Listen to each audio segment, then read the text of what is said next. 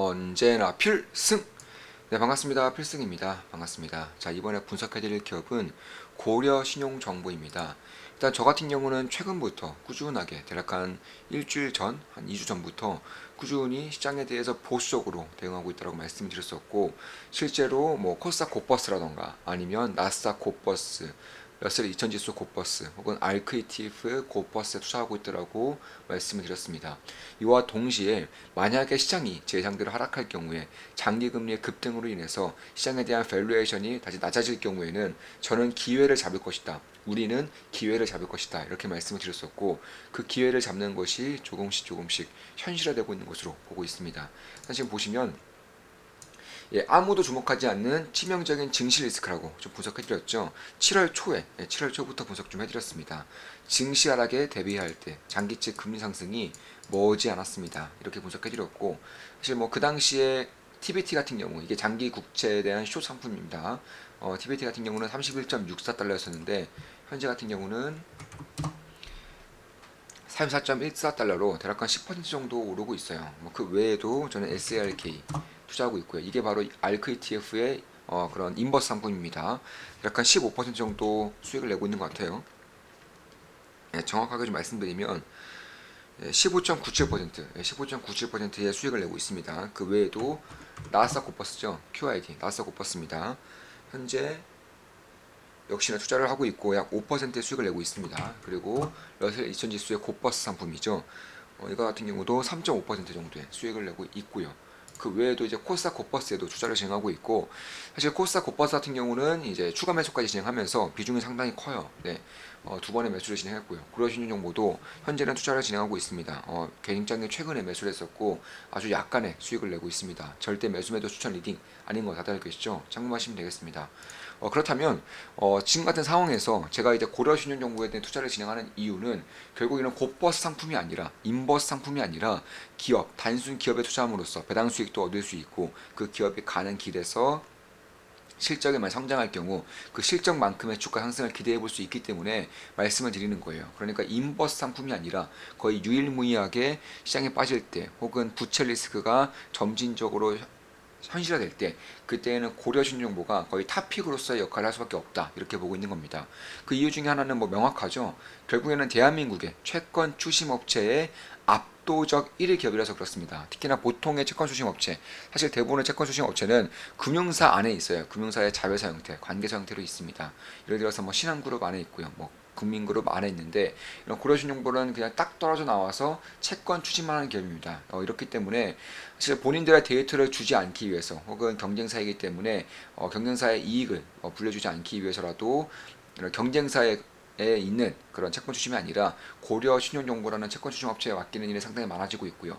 실제로 점유율만 보더라도 불과 5년 전, 6년 전까지만 하더라도 10% 초반 혹은 10%가 좀 안 되는 점유율이 지금은 뭐 압도적인 1위 기업이 되고 있습니다. 점유율이 2배 이상 증가했어요. 따라서 결국에는 이런 부실 채권에 대한 리스크가 커지면 커질수록 고려신용보가 가져갈 수 있는 캐파의 양이 다른 기업들에 비해서 훨씬 더 압도적으로 나오고 있기 때문에 그런 부분을 주목해 볼 필요가 있겠다 이렇게 보고 있는 겁니다. 쉽게 말해서 채권자가 채무자로부터 빚을 대출을 부채를 받지 못할 경우 합법적으로 대신 받아주는 곳이 고려신용정보다 이렇게 보시면 될 것 같고, 이미 이자 폭탄이라던가 혹은 자영업자 대출이 이미 1,000조 원을 넘어섰고요.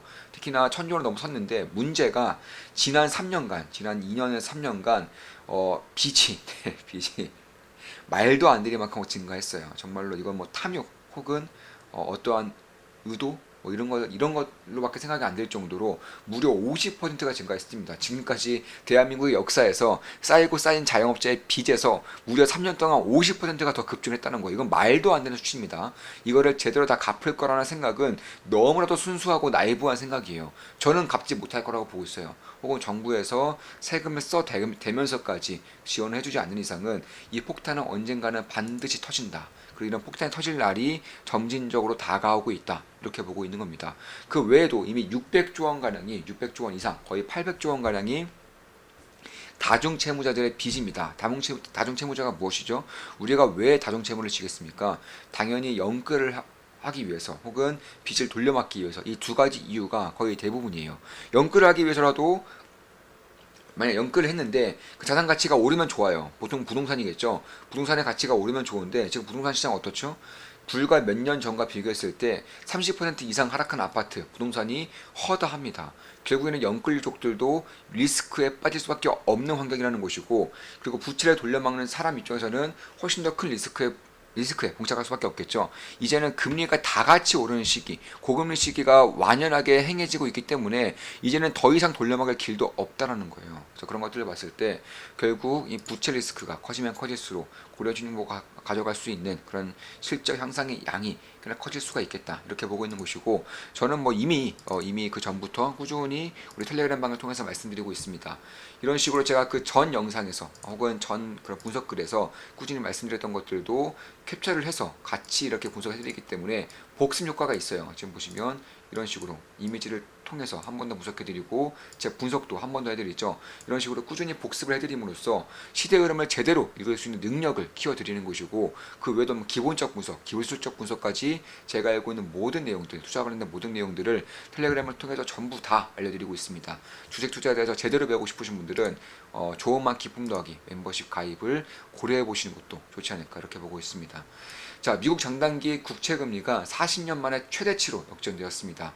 무려 1.06% 이상 확대되고 있군요. 7월 3일에 분석해드린 글입니다. 이젠 10년에서 30년 금리까지 역전될 기세입니다. 부채 한도 협상이 타결됐었죠. 장기 국채 공급의 증가로 가치가 하락하여 금리가 상승할 경우 장단기 금리 역전의 정상화 압박이 더 거세질 수밖에 없습니다. 채권 플레이어들과 어느 누군가, 어느 기관이 채권 시장의 2차 붕괴를 눈물겹게 막고 있지만 시간은 그들 편이 아닐 가능성이 높습니다. 2020년도에 채권 시장의 붕괴를 말씀드린 후 얼마 지나지 않아 채권 시장의 붕괴했었죠. 이번에도 다르지 않을 것으로 보고 있습니다. 전체 자산시장에서 탑3에 해당하는 채권시장의 붕괴 주식은 5위권 밖에 있습니다. 자산시장에 큰 영향을 줄 수밖에 없기에 면밀히 살피고 있습니다. 슬슬 수면 위로 오르고 있는 가계부채 문제가 무겁게 느껴지는 이유이기도 합니다. TBT, 고려신정보 매일같이 지켜보고 있습니다. 7월 3일에 같은 날에 또 한번 분석해드렸습니다. 윗글의 추가 내용입니다. 기사의 핵심 내용입니다. 약 300만 명의 가계대출자는 원금과 이자를 갚느라 최소한의 생계를 이어가기도 힘든 상태이며, 이 가운데 175만 명은 이에 아예 소득보다 원리금 상환액이 더 많아 소비력이 여전히 제로인 것으로 추정된다. 만에 하나 장단기 금리 역전이 정상화되면서 시장금리가 급등하면, 그러니까 장기 채권 가격이 급락하면 이들은 어떻게 될 것인지 깊이 있게 생각해볼 필요가 있습니다. 참고로 장기 채권 금리가 시장 금리입니다. 이들에게 직접적으로 영향을 주는 금리는 장기 채권 금리예요. 장단기 금리 역전은 단 한 번의 예외 없이 정상화되었으며, 물가 상승을 동반한 장단기 금리 역전은 언제나 장기 금리 급등을 통해 정상화되었습니다. 이번에도 다르지 않다면 충분히 대비하고 현명하게 대응하는 투자자들에겐 천금 같은 기회가 아닐 수 없을 것입니다. TBT 고려신정보 매일같이 지켜보고 있습니다. 8월 5일 글입니다. 기사의 핵심 내용입니다. 계속된 수출 부진에 최근 새마을금고 뱅크런 사태까지 겹치면서 불안해진 금융시장을 의식한 것이라는 분석도 나옵니다. 4차례의 기준금리 동결로 고금리 시대가 막을 내렸다는 기세가 나오지만 몇 달 새 폭증한 가계부채가 변수입니다. 장단기 금리 역전의 정상화에 주목하고 있습니다. 예상대로 금리가 위로 튀면서 정상화될 경우 시장은 단기간 내에 큰 혼란에 빠질 수 있습니다. 올해 미국의 뱅크런 사태는 장기채 폭락으로 발생한 위기입니다. 연준의 발빠른 대응으로 문제를 봉합하였지만 그 원인이 제거된 것이 아니기에 투자자로서 관심 갖고 지켜볼 필요가 있습니다. 한국은 문제가 터질 기미가 보이자 발빠르게 선제 대응했었죠. 역시나 원인 자체가 해결된 것이 아니기에 지켜볼 필요가 있습니다. TBT, SARK, 코스닥 고버스 투자 중입니다. 고려준용보 및 핵심 해치 자산들 매일같이 지켜보고 있습니다. 자, 8월 7일 글입니다. 기사의 핵심 내용입니다. 빚으로 돌아온 코로나, 빌린 돈의 막대한 이자 압박, 한계 다다른 채무자 더 늘 듯, 소상공인 영업손실 고스란히 빚으로, 상반기만 6만 191건, 10년 새 최대치. 코로나 대출 상환 유예도 9월 종료, 공적 자금 지원 등 손실보상 요구 커져, 비은행 등 대출 비율 2년 새 6%포인트나 늘어, 소득 하위 30% 악성 부채도 매년 증가, 대안대출 등 정부 땜질식 처마, 도마 위, 전문가들 희생, 파산 절차 간소화해야 매번 말씀드릴 때마다 한숨이 절로 나오는 이슈입니다. 그 끝이 어디일지 어떻게 끝날지 예상이 가기에 더욱 안타까워할 따름입니다. 예정대로 다음 달에 상한 유예가 만료될 경우 당장 문제가 되겠죠. 여기서 또 유예하면 유예가 만료되는 그 달에 문제가 발생할 것이고요. 그저 폭탄을 돌리고 있을 뿐입니다. 지금 당장 큰 위기로 다가올 것이라고 생각하지 않지만 한 번 터지면 크나큰 영향을 줄 수 있는 이슈인 만큼 꾸준히 살피고 있습니다. 곧버스 투자 중입니다. 고려준중보 탑픽입니다. 8월 10일에 분석해드린 글입니다. 가계부채가 임계점을 넘어선 것은 너무나 많이 말씀드렸고 부채 증가로 인해 집값이 오르냐 오르지 않느냐를 주로 보고 있습니다. 서울을 중심으로 꿈틀꿈틀대고 있죠. 유동성이 숨은 것이지 사라진 게 아니었던 만큼 과거 대장이 먼저 반응하는 것입니다. 한국은행 입장에서 상당히 불편할 것입니다. 상승세가 조금 더 완연해질 경우 추가 금리 인상이 시행되겠구나라고 생각하면 될 것입니다. 금리가 오르면 시용 리스크도 커집니다. 고려신정보 탑픽입니다. 코스닥 곧버스 투자 중입니다. 8월 12일에 분석해드린 글입니다. 자, 누누이 말씀드리고 있는 이슈입니다. 지금 당장 터지지 않더라도 한 번이라도 문제가 현실화될 경우 대한민국 경제 및 투자 환경에 미치는 영향이 결코 작을 수 없기에 꾸준히 관심 갖고 지켜볼 수 있습니다. 한국의 다른 국가들처럼 금리를 올리지 못하는 이유는 비교적 명확합니다. 금리를 올릴수록 가계부채 리스크가 터질 확률이 기하급수적으로 커지기 때문일 것입니다. 그럼에도 금리를 올릴 경우 예의주시해야 할 것입니다. 코스닥 곧버스 투자 중입니다. 고려신정보 탑픽입니다. 8월 13일에 분석해드린 글입니다. 부동산 붕괴를 막기 위해 대출 규제를 풀었던 정부가 이제는 다시금 조일 채비를 하고 있습니다. 부채 리스크가 걷잡을 수 없이 커지고 있다는 방증이겠죠.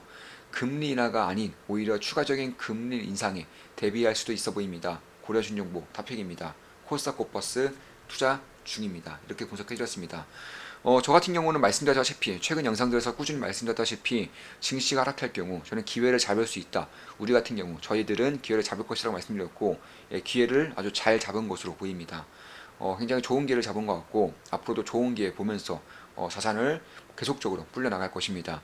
투자에 대해서 제대로 배우고 싶으신 분들은 좋은만 기품닥의 멤버에 대한 생각도 해보시길 바랍니다. 자, 지금까지 고려신정보에 대한 분석이었습니다. 그리고 대한민국 부채 리스크와 증시 하락에 대한 리스크, 특히나 장기금리 급등, 왜냐하면 장단기 금리 역전이 정상화되면서 항상 나타났었던 이슈, 특히나 인플레이션 시대에서는 항상 언제나 장기금리가 급등하면서 정상화되었다는 점을 꾸준히 말씀드리면서 금리의 상승, 특히나 금리의 급등은 증시 밸류에이션의 악재로 작용할 수밖에 없다는 점까지 꾸준히 말씀드렸습니다.